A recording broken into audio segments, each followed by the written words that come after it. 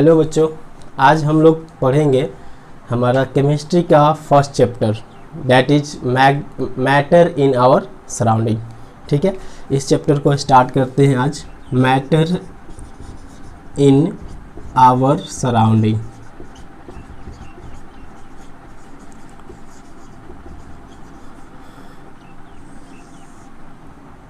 तो सबसे पहले कि मैटर क्या है, मैटर क्या है और ये जो हमारा नेचर है वो सिर्फ एक ही चीज़ से बना है और वो है मैटर।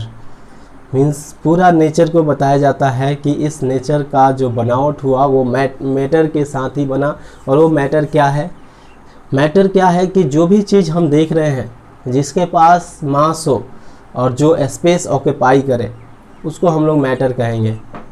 इस मार्कर को देख रहे हैं, इसके पास मास भी है और स्पेस ऑक्यूपाई कर रहा है, ये मैटर है। ये एयर को देख रहे हैं, इसके पास भी मास है और ये भी स्पेस ऑक्यूपाई कर रहा है, ये भी क्या है? मैटर है।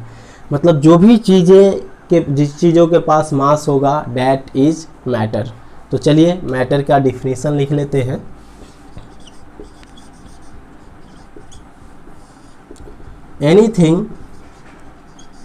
एनीथिंग which having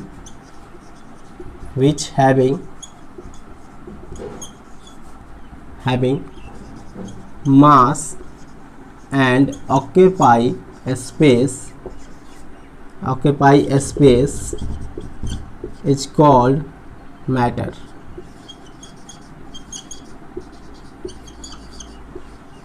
कोई भी ऐसा चीज़ जो कि जिसके पास मास हो और वो स्पेस ऑक्यूपाई करे उसको हम लोग मैटर कहेंगे। जैसे कि हम लोग अभी मैटर के स्टेट्स पढ़ेंगे कि इसके कितने स्टेट्स हैं। तो मेनली इसके हम लोग पढ़ते हैं, पहले पढ़ते थे 3 स्टेट्स थे, अब ये इसके 5 स्टेट्स के बारे में हमें पढ़ना है। वैसे भी बताया जाता है जब हम पढ़ेंगे तो हमारे पुराने ज़माने में लोग कहते थे कि पूरी जो हमारा नेचर है वो 5 चीज़ों से बना है। कौन कौन सा? तो उसमें था अर्थ, उसमें था फायर, वाटर, एयर, सॉइल। ये सारे चीज़ों से मिल करके हमारा जो है नेचर बना है। उसी तरह से साइंस ने भी इस मैटर को 5 कैटेगरी में डिवाइड किया, 5 स्टेट्स बताया कि मैटर तो एक ही है लेकिन इसके 5 स्टेट्स हो सकते हैं। और हैं 5 स्टेट्स में उन्होंने बताया कि सॉलिड, लिक्विड, गैस, प्लाज्मा और बोस आइंस्टाइन कंडेंसेशन। ये एक कंडेंसेट है। ये 5 जो है मेन हमारे पास मैटर के स्टेट्स हैं। तो इस स्टेट्स के अलावा हम जब मैटर्स के टाइप्स पढ़ेंगे तो उसमें हम लोग देखेंगे कि कितने स्टेट्स हैं, फिजिकली और केमिकली कितने स्टेट्स में चेंज होता है। ठीक है, जैसे मैटर्स जो है वो फिजिकल स्टेट देखा जाए तो उसको 3 ही है। फिजिकल स्टेट में देखा जाए तो 3 ही है, सॉलिड, लिक्विड और गैस। लेकिन केमिकल स्टेट देखा जाए तो केमिकल में स्टेट में हमें जो मैटर है वो कितने तरह से मिलते हैं। तो एक तो एलिमेंट मिलता है, कंपाउंड मिलते हैं और मिक्सचर मिलते हैं। तो ये मैटर के कुछ क्लासिफिकेशन है। ठीक है, जिसको हम लोग क्लासिफिकेशन कर सकते हैं, क्लासिफिकेशन ऑफ मैटर। मैटर को जनरली क्लासिफाई किया गया है। कैसे? तो देख लीजिए, मैटर को क्लासिफाई किया गया फिजिकल स्टेट पे, फिजिकल मेथड से किए फिजिकल स्टेट पे। तो हमारे पास मैटर जो है वो 3 टाइप्स के हैं। कौन कौन से? Solid, liquid and gas. उसी तरह से जब केमिकली इसको किया गया, केमिकली स्टेट के मेथड्स पे इसको क्लासिफाई किया गया, तो यहाँ भी ये 3 तरह के हैं, that is elements, compound and mixture.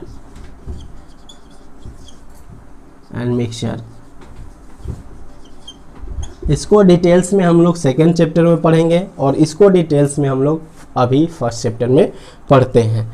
तो फिजिकल स्टेट के बाद इसके प्रॉपर्टी, कैरेक्टरिस्टिक्स देख लेते हैं कि मैटर का क्या क्या कैरेक्टरिस्टिक्स होगा। तो सबसे पहले तो जो भी मैटर्स हैं दुनिया में दिख रहे हैं, ये सारे मैटर्स बहुत ही छोटे पार्टिकल से बने हैं, दैट इज एटम। एटम से मिला करके ये सारा मैटर बना हुआ है। तो चलिए हम लोग लिखते हैं प्रॉपर्टी ऑफ या characteristics of matter.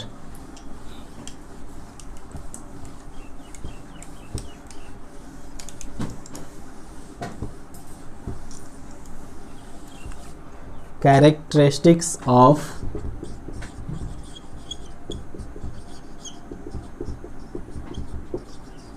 Matter. Matter के क्या क्या कैरेक्टरिस्टिक्स होंगे इसके बारे में हम लोग पढ़ते हैं। तो चलिए कैरेक्टरिस्टिक्स ऑफ मैटर में हम लोग फर्स्ट कैरेक्टरिस्टिक्स लिखते हैं कि इसका क्या होगा। तो सबसे पहला कैरेक्टरिस्टिक्स है particles of matter are made up of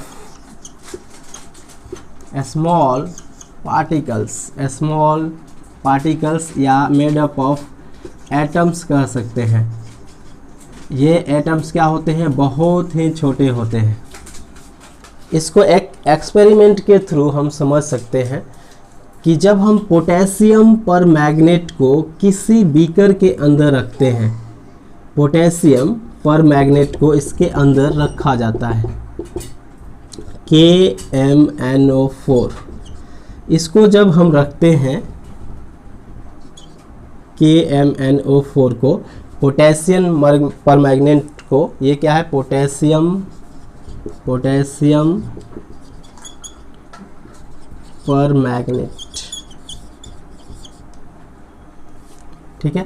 तो KMnO4 को जब हम वाटर में रखते हैं और इसको जब हम और भी वाटर इसके अंदर ऐड करते हैं, स्टार्टिंग में इसका कलर होता है पर्पल, और इसमें जब और वाटर को ऐड किया जाता है, एडिंग ऑफ वाटर, जैसे ऐड करते हैं एडिंग वाटर, तो धीरे धीरे हम क्या देखते हैं कि इसके कलर जो है वो चेंज हो रहा है। पहले हमने क्या किया, इस पोटेशियम का परमैंगनेट का एक दाना डाला, जिसके कारण इस वाटर का कलर हो गया पर्पल कलर। थोड़े देर के बाद हमने और वाटर को ऐड किया, और भी वाटर को ऐड करने से इसका कलर जो है थोड़ा सा चेंज होता है, और भी वाटर ऐड करें तो थोड़ा सा कलर चेंज होता है, लेकिन कलर जो है वो चारों तरफ फैल गया। जब कलर जो चारों तरफ फैल गया, जिससे हमें क्या पता चला कि इसका जो कलर है वो हर छोटे छोटे पार्टिकल में बट जा रहा है। मतलब इसके जो पोटेशियम परमैंगनेट था ये बहुत छोटे छोटे पार्टिकल से मिलकर बना है, तभी तो ये इतना फैल जा रहा है, और इसके छोटे छोटे पार्टिकल्स पूरे पानी में फैल गए। तो इस कारण से जब ये कलर स्प्रेड होता है और भी इसको वाटर और ऐड करते हैं इसमें, तो ये क्या होता है, बिल्कुल अपना कलर चेंज कर लेता है। फिर भी परमैंगनेट के हम देख सकते हैं कि कारण इसका कलर कुछ जो है पिंक कलर का हो जाता है। ये था पर्पल कलर, लेकिन पिंक कलर हुआ। हमने वाटर का वॉल्यूम बढ़ा दिया, पहले वाटर कम था, अब और ज़्यादा कर दिए, और ज़्यादा कर दिए, लेकिन पर्पल ये जो कलर था, वो ये जो परमैंगनेट था पोटेशियम परमैंगनेट, ये ख़त्म नहीं हुआ। ये क्या बताता है कि जो पोटेशियम परमैंगनेट है इसके पार्टिकल्स बहुत छोटे छोटे दाने से बने हुए हैं, छोटे छोटे एटम से बने हुए हैं, तभी तो ये ख़त्म नहीं हो रहा है, और पानी मिलाते जा रहे हैं, ये अपने आप को फैलाते जा रहा है। तो इससे ये साबित हुआ कि ये जो पार्टिकल्स ऑफ मैटर हैं वो बहुत छोटे छोटे पार्टिकल्स एटम से बने हुए हैं। चलिए सेकेंड प्रॉपर्टी के बारे में हम लोग पढ़ते हैं। सेकेंड प्रॉपर्टी है कि जो पार्टिकल्स ऑफ मैटर हैं इनके बीच में काफ़ी स्पेस होता है, ठीक है। तो लिखते हैं second property, particles of matter having space between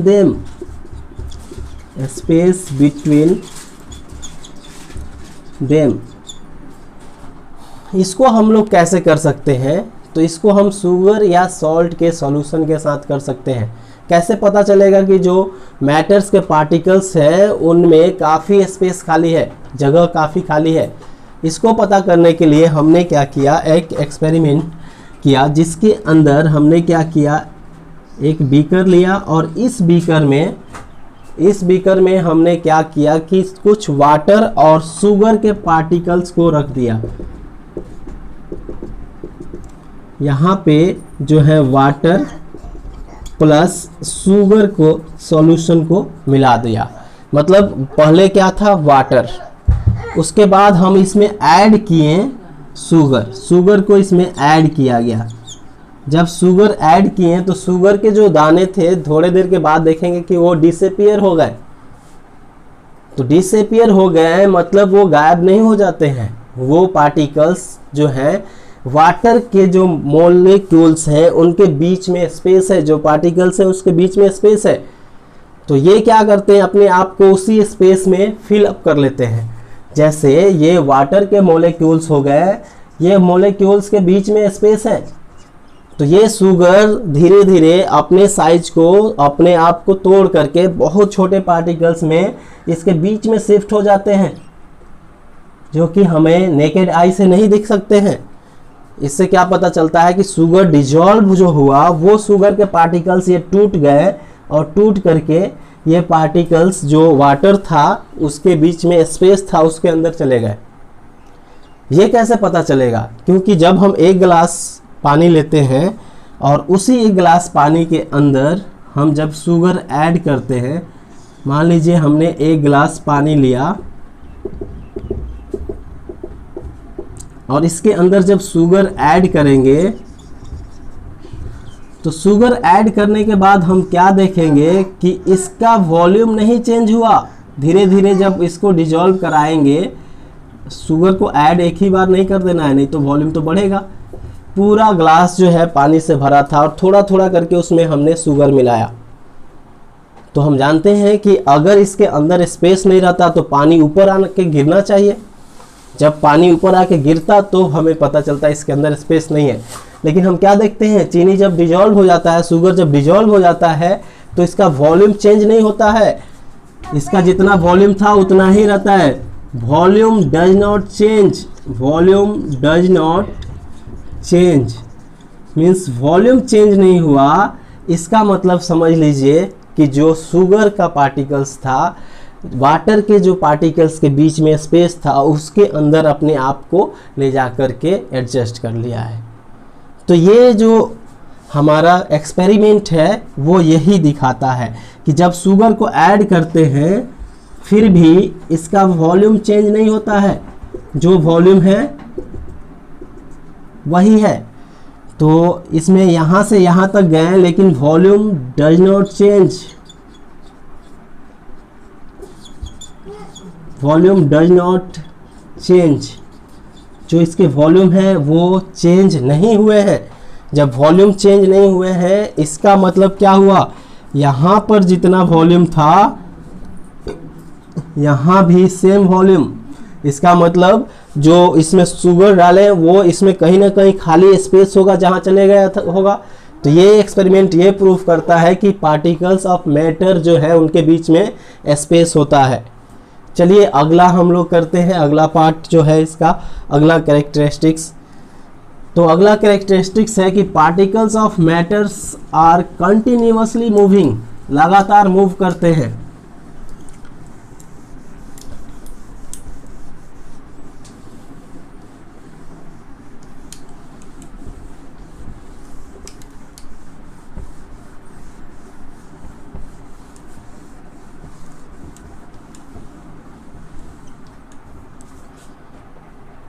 third जो है वो है particles of matter are continuously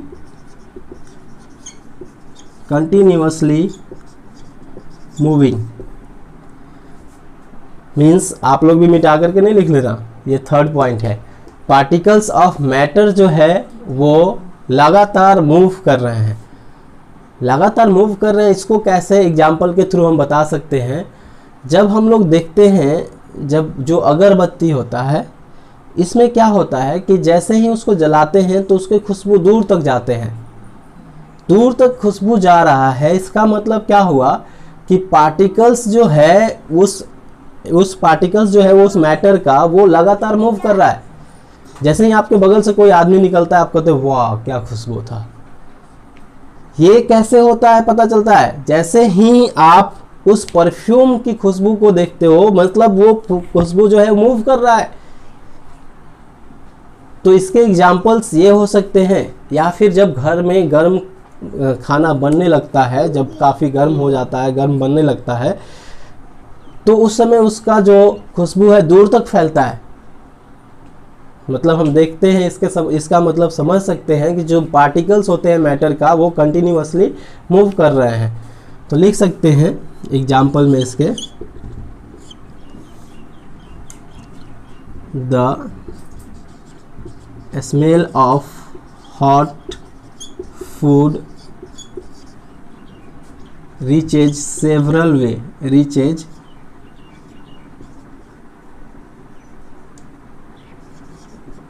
at several distance, दूर तक ये पहुंच जाता है। या फिर जो हमारा परफ्यूम्स का स्मेल है, स्मेल ऑफ परफ्यूम्स, बहुत सारे हैं जो भी स्मेल्स आपके पास पहुंच रहा है, इसका मतलब क्या है, उसके पार्टिकल्स मूव कर रहे हैं तभी पहुंच रहा है, नहीं तो कोई भी स्मेल्स आपके पास नहीं पहुंच पाएगा। तो चलिए ये हो गया थर्ड कैरेक्टरिस्टिक्स। फोर्थ कैरेक्टरिस्टिक्स ये है कि जो भी पार्टिकल्स ऑफ मैटर हैं उनके बीच में एक अट्रैक्शन का फोर्स लगा रहता है, that is known as intermolecular force. Molecule से मोलेक्यूल का एक अट्रैक्शन का फोर्स लगा रहता है, एक दूसरे को अट्रैक्ट किए रहते हैं। तो ये हमारा है फोर्थ कैरेक्टरिस्टिक्स। तो लिखेंगे particles of matter attract each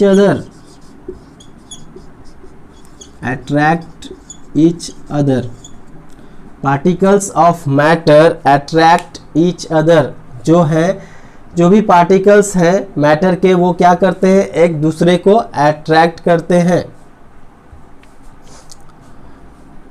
और इसी को बोलते हैं इंटरमोलेकुलर फोर्स।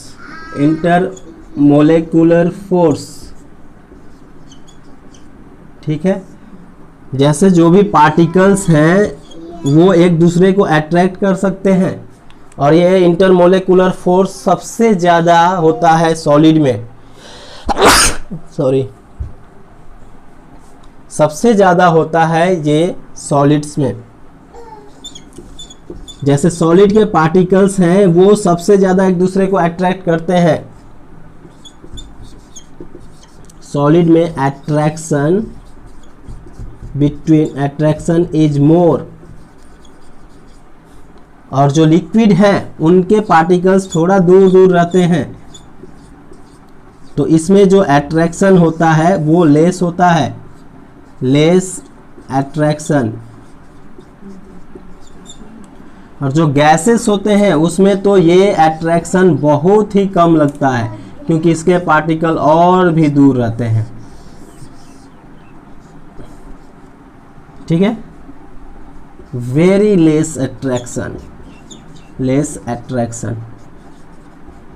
इनके बीच में बहुत ही कम अट्रैक्शन होता है। तो ये जो है अट्रैक्शन कैसे पार्टिकल्स के बीच में लग रहा है, इस चीज को हमने देखा। मीन्स सॉलिड में सबसे ज़्यादा इंटरमोलेकुलर फोर्स होता है, फिर लिक्विड का, और सबसे कम होता है गैसेस का। ये हमारा कैरेक्टरिस्टिक्स था मैटर का। इस कैरेक्टरिस्टिक्स के बेस पे कई बार आपसे क्वेश्चन पूछा जाता है। जैसे हमने आपको जो फर्स्ट बार बोला कि जो भी हमारे मैटर है उनके बीच में स्पेस नहीं है, ऐसे कैसे हम लोग डिफाइन करेंगे। आपने स्पंज को देखा होगा, जब उसको दाबते हैं तो वो दब जाता है, फिर छोड़ते हैं तो वो अपने साइज में आ जाता है, मतलब उसके अंदर स्पेस था तभी जब दाबते हैं तो एयर बाहर आ जाता है, जैसे छोड़ते हैं फिर एयर उसके अंदर चला जाता है, फिर वो फूल जाता है। तो चलिए इसके बारे में हम लोग पढ़ते हैं कि जो स्टेट्स हैं मैटर के वो क्या क्या हैं।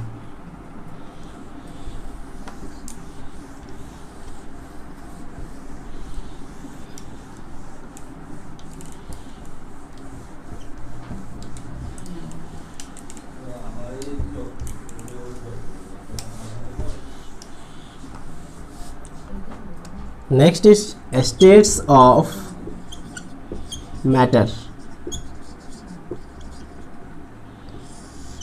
सबसे शुरुआत में जो स्टेट्स था वो 3 ही था, solid, second is liquid and third is gases. उसके बाद आया प्लाज्मा, हम लोग डिटेल्स में पढ़ेंगे प्लाज्मा के बारे में भी। फिफ्थ एक इंडियन साइंटिस्ट थे, ठीक है, बोस, और एक आइंस्टीन के द्वारा इसको निकाला गया और इसका जो थ्योरी दिया गया, इसीलिए इसका नाम पड़ा बोस आइंस्टीन कंडेंसेट। तो ये 5 स्टेट्स हम लोगों को मैटर्स के पढ़ने हैं, जिसमें फर्स्ट है सॉलिड। तो सॉलिड क्या होता है? सॉलिड होता है जिसमें पार्टिकल्स काफ़ी टाइटली एक दूसरे से टाइटली अट्रैक्टेड हो, टाइटली पैक्ड हो, उसको हम लोग बोलेंगे सॉलिड। तो चलिए सॉलिड के बारे में लिख लेते हैं और इसके कैरेक्टरिस्टिक्स लिख लेते हैं। तो सॉलिड के कैरेक्टरिस्टिक्स हम लोग अभी लिख लेते हैं। First is solid, the particles, इसका पार्टिकल्स जो है वो काफ़ी जो है एक दूसरे से अट्रैक्टेड रहते हैं, टाइटली पैक्ड रहते हैं। चलिए इसको मिटा देते हैं, इसको लिख लीजिएगा। इसके बाद हम लोग करते हैं सॉलिड के बारे में और इसके कैरेक्टरिस्टिक्स के बारे में लिखते हैं। Characteristics of solid. सॉलिड्स के क्या क्या कैरेक्टरिस्टिक्स हो सकते हैं इसको हम लोग देखते हैं। तो सबसे पहला कैरेक्टरिस्टिक सॉलिड के अंदर है कि इसके पार्टिकल्स जो हैं एक दूसरे को अट्रैक्ट करते हैं काफ़ी ज़्यादा इंटरमोलेकुलर फोर्स के साथ, मतलब टाइटली पैक्ड होते हैं। The particles of solid are tightly packed, of solids are tightly packed, tightly packed,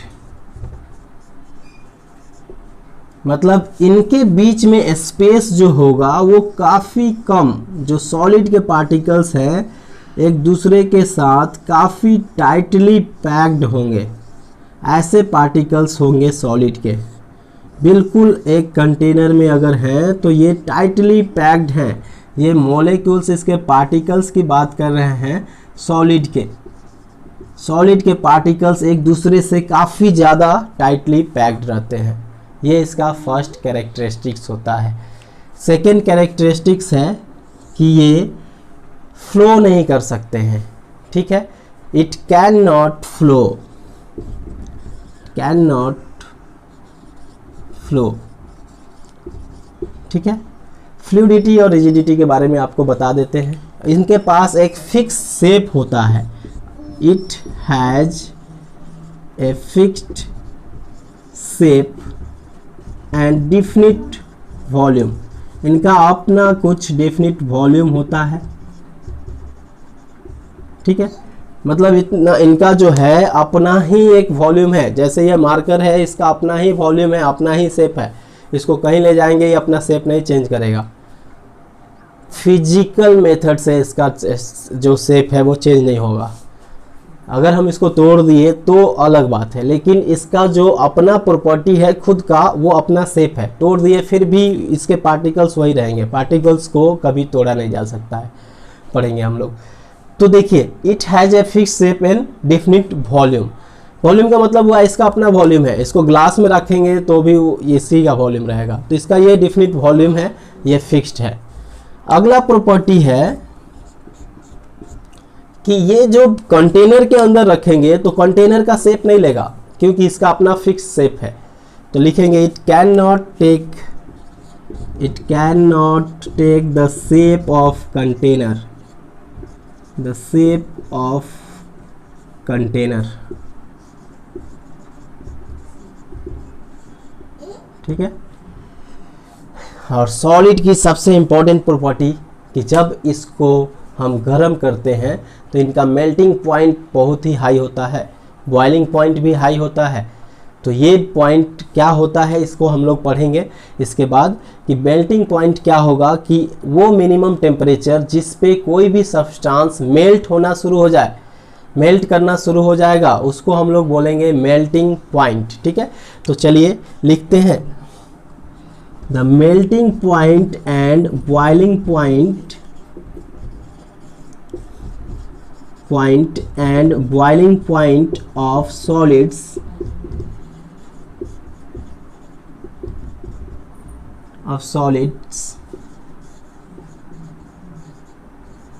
are high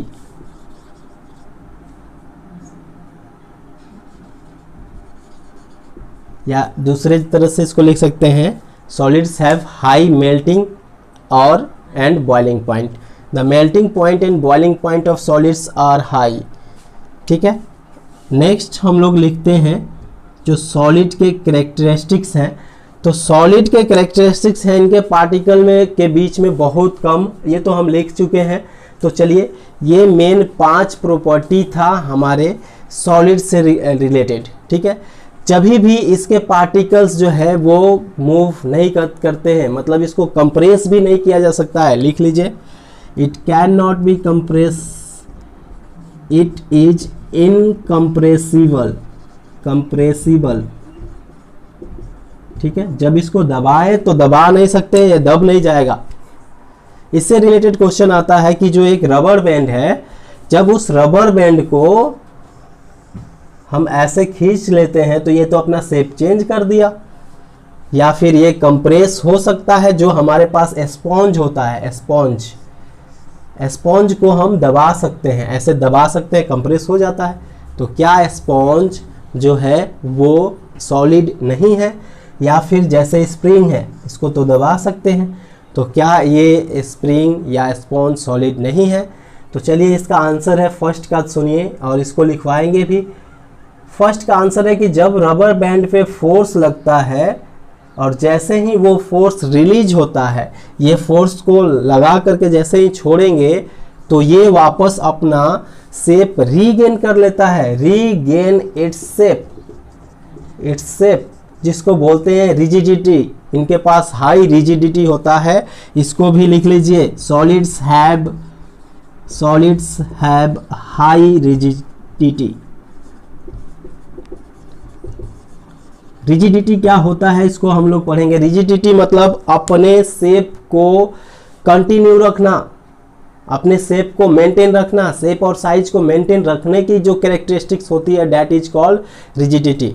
to maintain its shape and size, the characteristics और property by which solid maintain its shape और size is called rigidity. और इसको बोलेंगे हम लोग rigidity. तो ये इनके पास रिजिडिटी हाई होता है, जैसे ही छोड़े तुरंत अपने पोजीशन पे आ जाएंगे, ऐसा होता है। बहुत ज़्यादा फोर्स लगा दिए तो ब्रेक डाउन हो जाएंगे, लेकिन अपने पोजीशन पे आने के लिए ब्रेक डाउन हुए। हमने इधर फोर्स लगाया, ये अट्रैक्शन इधर फोर्स लगा रहे हैं, हर एक मॉलिक्यूल इधर फोर्स लगा रहा है यहाँ पे, तो क्या हुआ, ये ब्रेक डाउन हो गया। तो इनके पास रिजिडिटी हाई होता है। तो रबर बैंड क्यों सॉलिड है? क्योंकि जैसे ही फोर्स को रिलीज करते हैं ये वापस अपना शेप ले लेता है और इस प्रॉपर्टी को फॉलो करता है। दैट्स वाई जो रबर बैंड है वो एक सॉलिड है।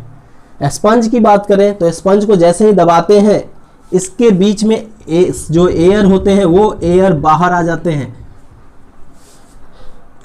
जैसे ही फिर छोड़ते हैं, ये एयर फिर उसके अंदर चले जाते हैं, जो स्पेस है उसके अंदर चले जाते हैं। इंडिविजुअल एक की बात करें तो एक जो उसका दाना है वो कभी भी सॉलिड ही रहेगा, क्योंकि उसने क्या किया, अपना शेप फिर से वापस लिया। जस्ट लाइक दैट स्प्रिंग में भी सेम केस है, जैसे ही उसको कंप्रेस करते हैं कंप्रेस हो जाता है, छोड़ने के बाद तुरंत अपने जगह पे आ जाता है। ये प्रॉपर्टी शो करता है कि उसके पास रिजिडिटी है तो वो सॉलिड होगा।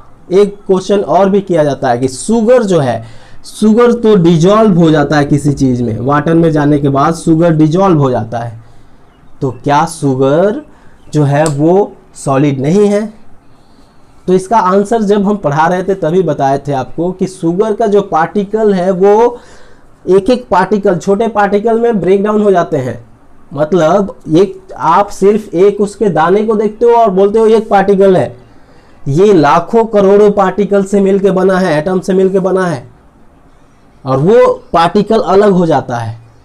और जैसे ही वो पार्टिकल अलग हो जाता है, वो जाके वाटर के मॉलिक्यूल्स के बीच में छुप जाता है, जो स्पेस रहता है उसके अंदर चला जाता है। लेकिन उस पार्टिकल को तो हमने ब्रेक नहीं किया, इसलिए वो भी क्या है, सॉलिड है। जैसे इसको ऐसे समझ सकते हो, आपके पास बहुत सारा पाउडर भरा पड़ा है, तो पाउडर जब भरा है तो आपको दिख रहा है कि एक शेप है, लेकिन एक अगर आप उसको हटा दिए तो उसका शेप चेंज हो गया। लेकिन एक दाने की बात करें तो उसका शेप आप चेंज नहीं कर सकते हो, एक दाना आपको अपीयर ही नहीं होगा, देख ही नहीं पाओगे, और उसका शेप नहीं चेंज कर सकते हैं।